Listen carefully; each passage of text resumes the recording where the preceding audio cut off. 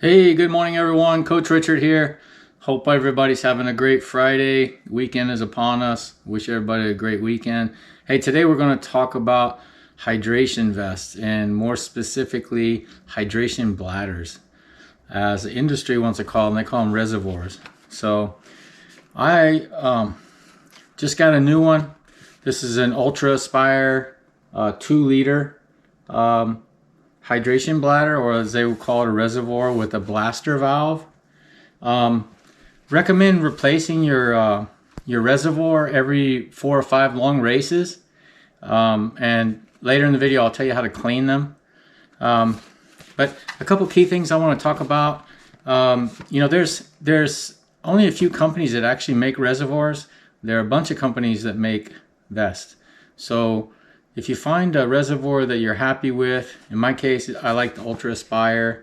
I've used other brands before, but I buy UltrAspire because I use the UltrAspire vest.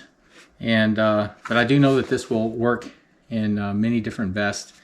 The thing I like about it is a locking mechanism, and it's easy to maintain.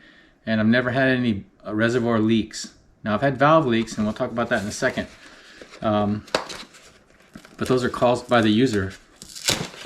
So let me open up this guy and I'll show you. But the reason you want to replace them every 4 or 5 long races is because you don't want to get stuck in a race because your bladder starts leaking. Luckily, I've never had a reservoir leak, any of the brands, but it can happen. I've heard it happen. So when you get a new reservoir, it comes in like this, and the hose is separate. Typically what I like to do is I like to cut a couple inches off the hose. I take off the valve and a couple of inches off the hose. You want to do this based on your own requirements. So you want to put the reservoir in your vest, let it come over your shoulder, and get it to the right length. I keep it a little bit long because as I change the valves, I might change the valves a couple times a year. I generally will cut a little bit off of the hose so that the diameter is tight again. I hope that makes sense. Because you're stretching the end of the tube when you're putting the valve in. Maybe it's not needed, but I do that anyways. I'll cut off like a few millimeters off the end and then put the valve in. The one thing about UltrAspire is it slides off on one side. In a race, if you ever try to force one on and it's not going on, you're probably sliding it on the wrong way. And you just want to be careful with it. And also when they changed the design of the vests, and this goes for many brands, about a year ago. I now have this where you have to pull really hard to open it up. Some people buy their new reservoirs and they say it won't open, but it will. You just have to pull on both sides and it will come open. And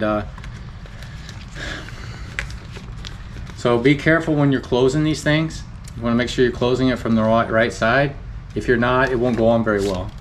And you don't want to damage these plastic extruded profiles on the end. After a while they get worn down, and that's another reason why you want to replace the reservoir.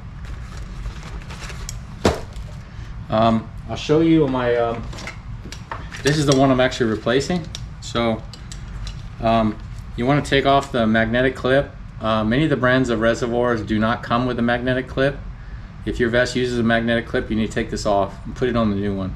So easy to take off, just slides off. And I was talking about these valves. There is a brand of valve that you can buy on REI. I will put a picture of it in the corner of my video. They're about $6. Take it off real quick. Here we go. This valve is the most important part of the hydration vest, or hydration bladder reservoir. This will wear out before your bladder will wear out. And how does it wear out? If you have sharp teeth and you bite too hard on the side, you can make this thing leak. And another thing you can do, another thing will happen is after a while, it can start dripping. And what you can do if it starts dripping is you bite on it, blow back air in the tube, and it will stop leaking. Because when this is hanging in your vest and it's dripping, it can be very aggravating because it can make your short wet, especially if you're in a 100K, 100 miler, etc. So that's one thing to keep in mind. If you puncture this thing with like a canine, I don't know what the name of it, but one of your sharp teeth, which I have, this thing will spray just like a sprinkler in your yard. And I had that happen to me one time, about 6 miles from the end of a 100 miler. And one thing to know that I did not know, but an aid station captain told me, is there's a valve on this thing, and you can turn it. It turns around. It's really hard to turn, and you have to use your teeth, but you can shut this blaster valve off. A lot of people don't know that. But you don't want to depend on that in a race because it's very hard to open. You have to use your teeth. And what happens after a while is hydration powder and different things will get up in there, and it makes it hard to turn on and off. But there is a valve on your blaster valve. I keep this extra valve. I'll take this one and I'll put it in the bag with my batteries, my batteries are wrapped up in cellophane. I'll put this in. I always carry an extra valve because you can be taken out of a race if you don't have a valve on you and you have a bad leak. A dripping leak, you can do what I mentioned, where you blow air back in the tube and it will stop dripping. Okay, let's talk about how to clean your reservoir. So what I'll do is after an ultra marathon or running, I usually don't use these in ultra marathons, but some runners use them in marathons, half marathons. Especially if you're using a hydration mix, say Tailwind or Gatorade or something, you want to clean all that out. So what I'll do is I use my shower. I also use my shower to clean my my hydration vest. So what I'll do is I don't take it in the shower with me, but I reach in the shower. My spare shower's got a shower rod. So I'll turn on the warm water with the shower and I'll fill it up and dump it out. I'll do that 3 or 4 times with warm water. And then once I think the hydration bladder is pretty clean, I'll fill it up with warm water again, and then I'll use my mouth, and just like if you were siphoning gas out of a car, I will bring water through the valve, say for a minute, several times, spit it out, just so I can run the warm water through the valve. And then after I've done that, I'll hang it up on the shower pole just like this, so it's draining both sides. Sometimes I'll take the valve out, sometimes I won't, but it will at least drain on the bladder side and it's clean. After a few days, it'll be completely dry. I do the same thing with my hydration vest. I'll take everything out of my hydration vest. Make sure you've taken everything out, and I'll use warm water and in the shower, clean it really well.